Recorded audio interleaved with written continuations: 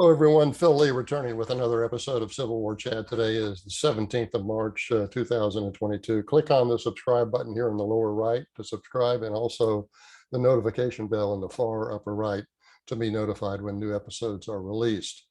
Today's talk is about pernicious equity. Although the topic of today pertains to my latest book, The Dreadful Frauds, Critical Race Theory and Identity Politics, be aware that if such concepts become the standard interpretations for the forces shaping our society, there will be no respect for Southern traditions, and Confederate memorials will likely be eradicated, just completely razed. Equity, as it is one of the code words within the diversity, equity, and inclusion mantra of the so-called woke agenda. Proponents define it as fairness, which they measure in terms of equality of outcomes for groups as opposed to equality of opportunity for individuals.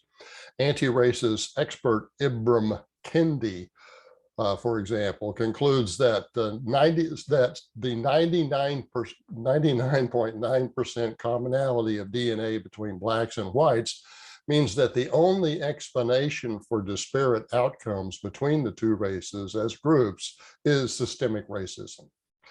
Thus, only racism can explain why black males are incarcerated at higher rates than white males.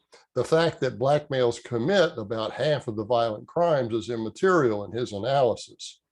Yet let me be clear, a large majority of blacks are law-abiding. As with white lawbreakers, most of the crimes are caused by repeat offenders. Nonetheless, in Kendi's analysis, the gap between black and white incarcerations must be corrected until the racial profile of prisoners matches their proportional share of America's population at large. Thus, he's arguing that prisons will be systemically racist until 62% of the prisoners are white and 13% are black, and the remainder are of other ethnic minorities. Now, according to Luke Rosiak's new book, Race to the Bottom, the Minneapolis School District has aggressively applied such a policy to their students following the George Floyd controversy in that city. Even though blacks trail Asians and Hispanics and are only the third largest minority group of students, they account for a disproportionately large share of violence, of school violence. Blacks have especially targeted Asians, perhaps because the latter perform better academically. School administrators, however, less frequently discipline blacks because to do so would cause the statistic to show a so-called, quote, disparate impact, close quote, on the blacks. And disparate impact is a code term for racism that must be avoided at all costs. Consequently, blacks go unpunished for attacking Asians, and Asians are leaving the Minneapolis school system to the detriment of that system. According to Rosiak, school administrators and teachers favor the policy because they want to protect their jobs.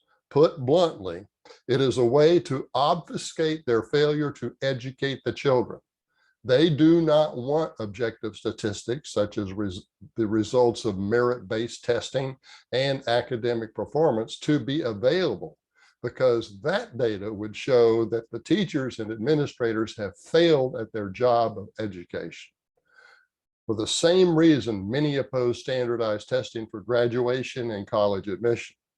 Instead of learning to read and write, many students, unfortunately, are primarily educated by watching, quote, woke, close quote, propaganda movies that promote resentment among racial minorities, guilt among whites, and hatred among all for the traditional American values. Now, you can get more analysis of how to combat the woke agenda from my new book, The Dreadful Frauds, Critical Race Theory and Identity Politics. Okay, that's our show for today, and I thank you for watching. I'll see you next time.